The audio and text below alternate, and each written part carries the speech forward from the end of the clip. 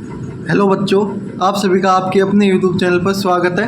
तो आज हम आपके लिए आईपीएफ की जो मॉडल पेपर नंबर 8 लेके आए हैं। इससे पहले हमने आपको 7 मॉडल पेपर करवा दिए हैं। अगर आपने वो मॉडल पेपर नहीं देखे हैं तो उनको भी देख लेना, वो आपके एग्ज़ाम के लिए बहुत ही इंपॉर्टेंट होने वाले हैं। ठीक है, आज का अपना पहला क्वेश्चन क्या है, निम्नलिखित में से कौन सा राष्ट्रीय उद्यान असम में है। तो आपको बताना है कि जो असम में कौन सा राष्ट्रीय उद्यान है। तो मैं आपको बताता हूँ, जो जिम कार्बेट नेशनल पार्क है ना, ये कहाँ पे है, ये आपका है उत्तराखंड में। कहाँ पे? उत्तराखंड में जिम कार्बेट नेशनल पार्क है। ठीक है, उत्तराखंड। और जो आपका मानस नेशनल पार्क है, ये आपका है असम में। तो इसका क्वेश्चन का राइट आंसर हो जाएगा मानस नेशनल पार्क। जो नामदाफा राष्ट्रीय उद्यान है, ये आपका कहाँ पे है, ये अरुणाचल प्रदेश में। कहाँ पे? अरुणाचल प्रदेश में। ठीक है, अरुणाचल प्रदेश में है नामदफा राष्ट्रीय उद्यान। और साइलेंट वैली नेशनल पार्क है आपका केएल में। कहाँ? केएल में साइलेंट वैली नेशनल पार्क स्थित है। ठीक है, अगले क्वेश्चन पे चलते हैं हम लोग। प्रसिद्ध सांची स्तूप कहाँ स्थित है? तो ये सांची स्तूप है मध्य प्रदेश में। मध्य प्रदेश में कहाँ पे है? रायसेन में है। रायसेन जिले में मध्य प्रदेश में स्थित है। ठीक है, और इसकी निर्माण की बात करें तो इसका निर्माण हुआ था, कब हुआ था? इसका 3वीं शताब्दी में अशोक के द्वारा इसका निर्माण किया गया था, सांची स्तूप का। ये क्वेश्चन है आपका। निम्नलिखित आकृति में कितने त्रिभुज हैं? बताओ जल्दी से, क्या होगा आंसर। तो देखो, इसमें सीधा है, पहले जो मेन आपको दिखे हैं वो देख लो। तो 1 2 3 तो सीधे दिख गए। उसके बाद 4, देखो उसके बाद 4 नंबर का ये आया, ये बनने आया। ठीक है, 5 नंबर का ये और 6 नंबर का ये पूरा बनने आया। तो 6 हो जाएंगे। कितने हो जाएंगे इसमें त्रिभुज? तो आप अच्छे से देख सकते हो, 6 त्रिभुज इसमें हो जाएंगे। ठीक है, आगे चलते हैं। निम्नलिखित विकल्पों में से वह शब्द चुनिए जो दिए गए शब्द के अक्षरों का प्रयोग करके बनाया जा सकता है। इसमें पूछा गया है कि ऐसा कौन सा शब्द है जिसको इस शब्द से बनाया जा सकता है, इन 4 ऑप्शनों में। ठीक है, तो बताओ क्या होगा जल्दी से आंसर। तो देखो, हम चेक करते हैं। नेचर का क्या हो जाएगा? NATUI, नेचर देखते हैं। N भी है, A भी है, T भी है, U भी है, R भी है, लेकिन इसमें E कहीं भी नहीं है। तो ऑप्शन A तो गलत हो जाएगा। पोस्ट है, P भी है, O भी है, S भी है, T है, E, इसमें भी E नहीं है, तो ये भी हो जाएगा गलत। स्टार्ट, START, S है, T है, A भी है, और डबल A है, R है, और R इसमें है, T भी है। तो ऑप्शन C आपका सही आंसर हो जाएगा। ठीक है, तो D भी हम आपको चेक करवा देते हैं। इसमें भी E है, तो E नहीं है। तो ऑप्शन आपका C एकदम सही आंसर हो जाएगा। क्या हो जाएगा? ऑप्शन C एकदम सही आंसर हो जाएगा। मैं उम्मीद करता हूँ कि आप सभी लोगों को समझ में आ गया होगा। अगला क्वेश्चन है आपके लिए इम्पोर्टेंट। चीनी यात्री फायान ने किसके शासनकाल के दौरान भारत का दौरा किया था? बताओ जल्दी से, बताओ आंसर क्या होगा।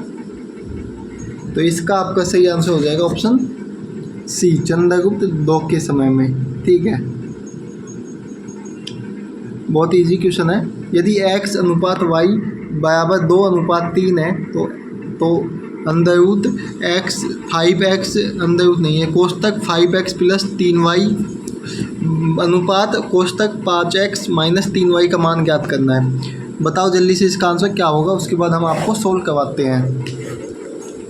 तो आपको लास्ट तक वीडियो में बने रहना है, और उसके बाद आपको अपना स्कोर बता के जाना है, कितना आपका स्कोर हुआ। मतलब हम आज के क्वेश्चन 26 क्वेश्चन करवाने वाले हैं, 26 में से आपका कितना स्कोर हुआ। ठीक है, और जो बाकी हम वैसे 40 क्वेश्चन की PDF है, तो बाकी के क्वेश्चन आपको सोल्व करने हैं। ठीक है, और इसकी PDF आपको हमारे व्हाट्सएप चैनल पर देखने को मिल जाएगी। तो इसको सोल्व करके बता देते हैं हम लोग। जो ये मान दिए है ना, ये इसमें रख दो, बस और कुछ नहीं करना, इसमें मान रखना है। तो हम करते 5 गुना x का मान है 2 प्लस 3 गुना y का मान कितना है? y का मान है आपका 3। तो ये कोष्टक बंद हो गया। अनुपात हम यहाँ लिख लेते हैं, 5 गुना 2 माइनस 3 गुना 3। ठीक है, ये गुने का निशान है। तो अब इसको सोल्व करेंगे तो क्या आ जाएगा 10 प्लस 9 कोष्टक 10 माइनस 9 है ये। अब इसको हल करेंगे तो क्या आएगा 19:1। तो ऑप्शन आपका डी एकदम सही आंसर हो जाएगा। ठीक है, तो हमने अच्छी तरह से आपको समझा दिया है कि कैसे ये सोल्व होगा, तो आपको समझ में आ गया होगा मैं उम्मीद करता हूँ। ठीक है, आगे चलते हैं हम लोग। 229301 में 9 के स्थानीय मान तथा अंकित मान का अंतर बताओ।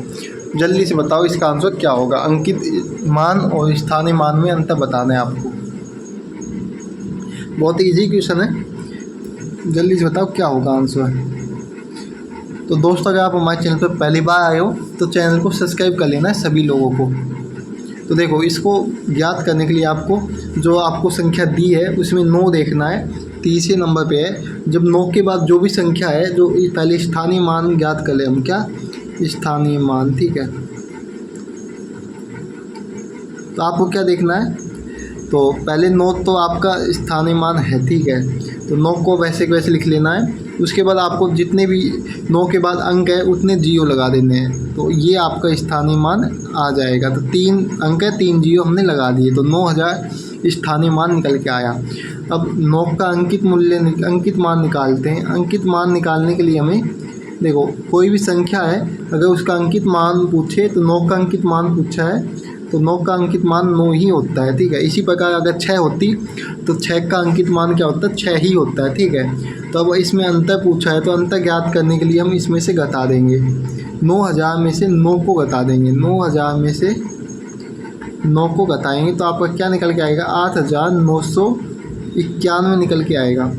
मतलब आपका ऑप्शन बी एकदम सही आंसर हो जाएगा। क्या हो जाएगा, ऑप्शन बी एकदम सही आंसर हो जाएगा। ठीक है, आगे चलते हैं। क्वेश्चन नंबर 8 है, संवैधानिक सभा की स्थापना किस वर्ष में हुई थी बताओ। जो संवैधानिक सभा है इसकी स्थापना कब हुई थी, जल्दी से बताओ जिसको भी आंसर पता हो।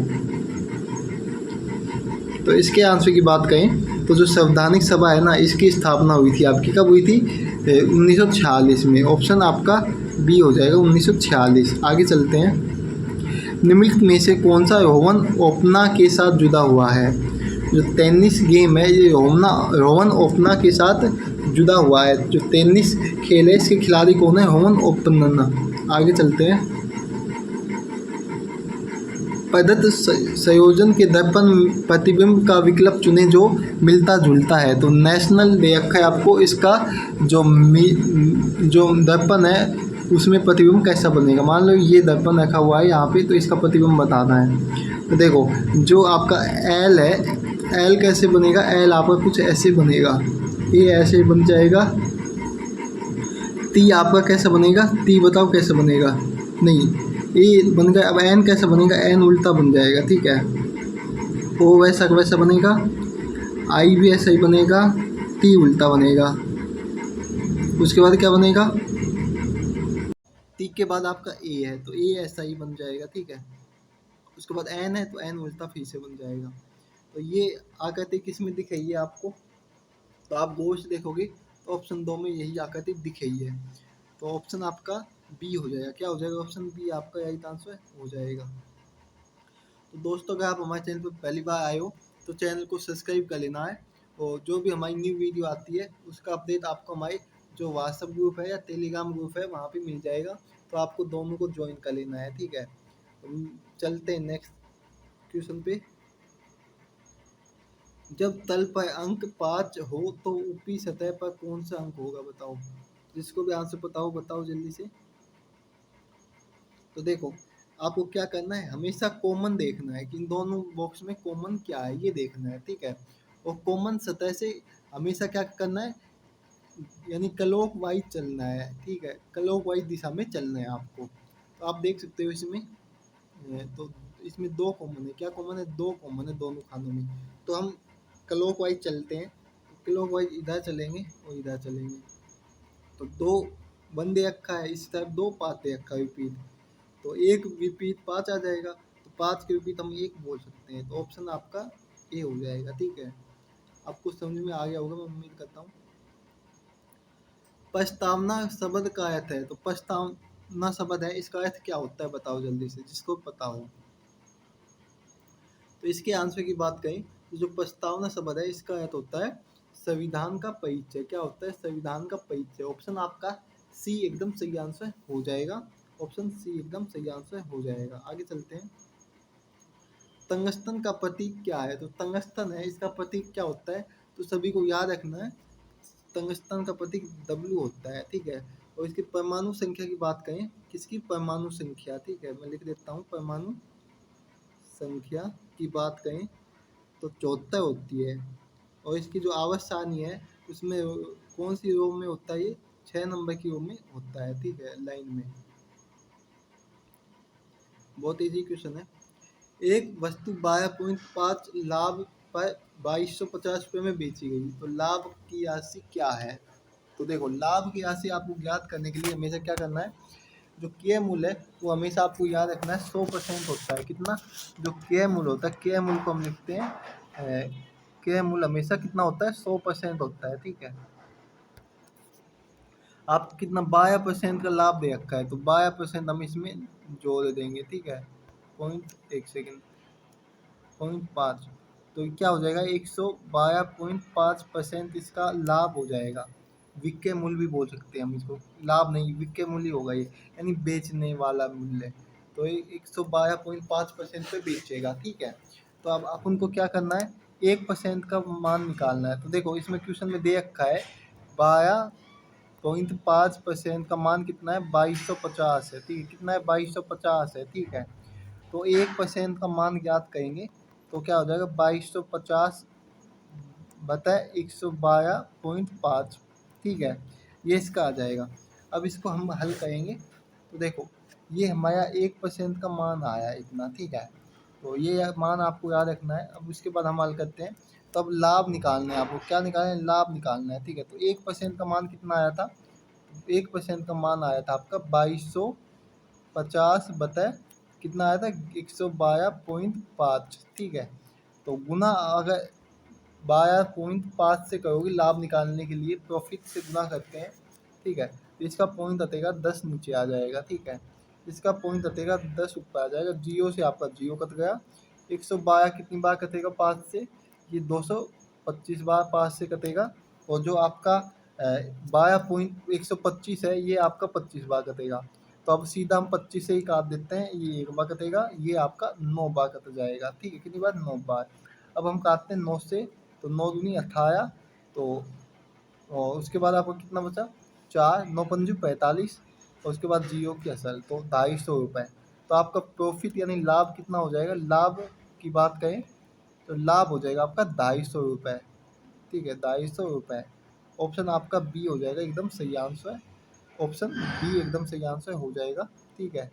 आपको याद करते हुए चलना है कि ये क्वेश्चन हमने कैसे सोल्व किया है, ठीक है। बहुत ही ईजी क्वेश्चन था। आगे चलते हैं हम लोग। क्वेश्चन नंबर 15 है। ये हम आपको बहुत ही इजी तरीका बताएंगे इस क्वेश्चन को सोल्व करने के लिए। बहुत ही इजी तरीका, इसको हम ऑप्शन के थ्रू सोल्व करेंगे। क्वेश्चन आपका क्या है? वह छोटी से छोटी संख्या ज्ञात कीजिए जिसे 2, 3, 4, 5 और 6 से विभाजित किए जाने पर एक शेष बचता है। कितना शेषफल कितना बचेगा? 1 बचेगा। किंतु 7 से विभाजित किए जाने पर कुछ भी शेष नहीं बचता है। देखो, पहले आपको जो 322 है इसको आपको 2 से भाग देंगे तो शेषफल आपका 0 बचेगा। तो ये तो ऑप्शन ए होगा नहीं।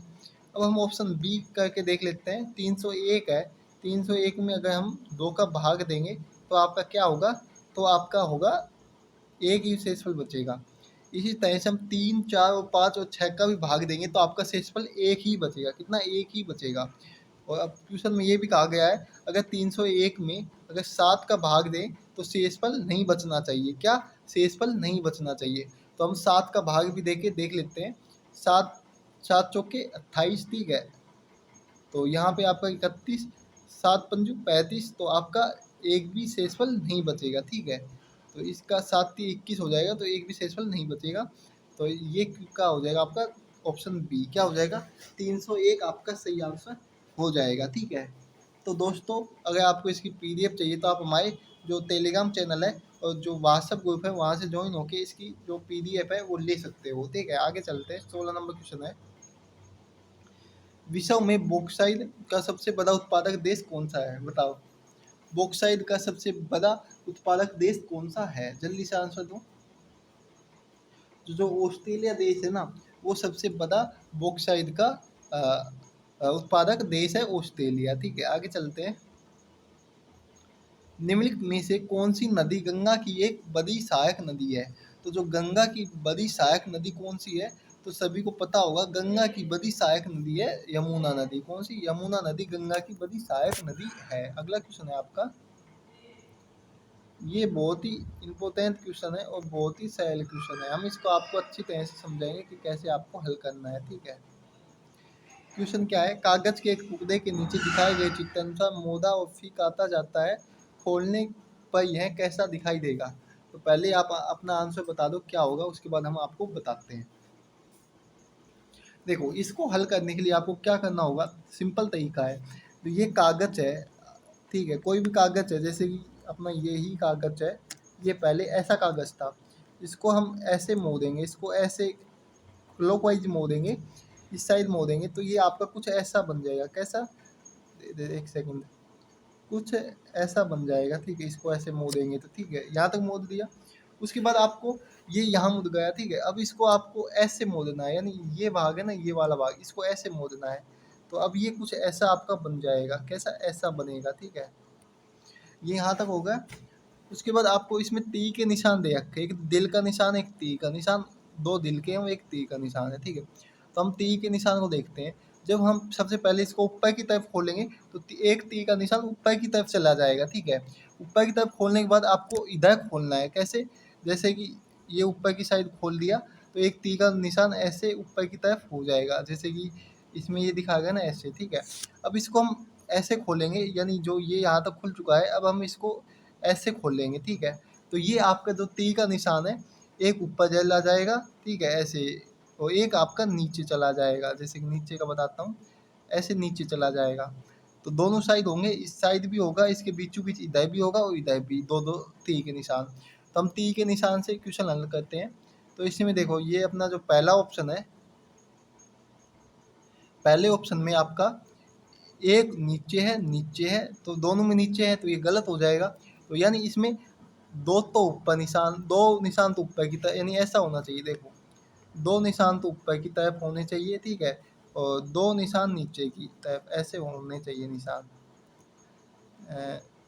तो ये निशान थोड़े अच्छे नहीं बने, लेकिन ऐसे निशान आपके होने चाहिए। तो आप क्वेश्चन में देखो, जो ऑप्शन है इसमें ऐसे निशान कौन से में?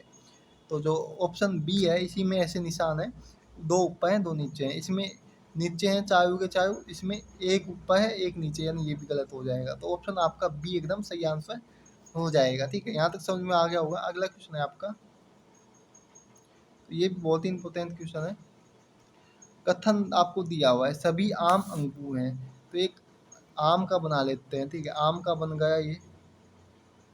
उसके बाद सभी अंगूर हैं, आम जो है वो सभी अंगूर हैं।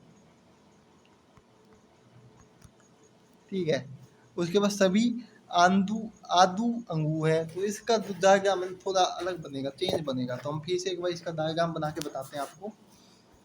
देखो, इसका डायग्राम क्या पूछा है, सबसे पहले देखो, सभी आदू है ना, एक आदू का आपको डायग्राम बनाना है और एक आपको अंगूर आम का बनाना है। तो दो डायग्राम बनाना है। जैसे कि हमने ये आदू का बना लिया, आदू को हम लिखते हैं A B से, और जो आम है उसको लिखते हैं हम M से। ठीक है, ये बन गया। अब आपको एक अंगूर का बनाना है, ये दोनों अंगूर में आएंगे, तो अंगूर का हमने बना दिया, ये अंगूर का बन गया।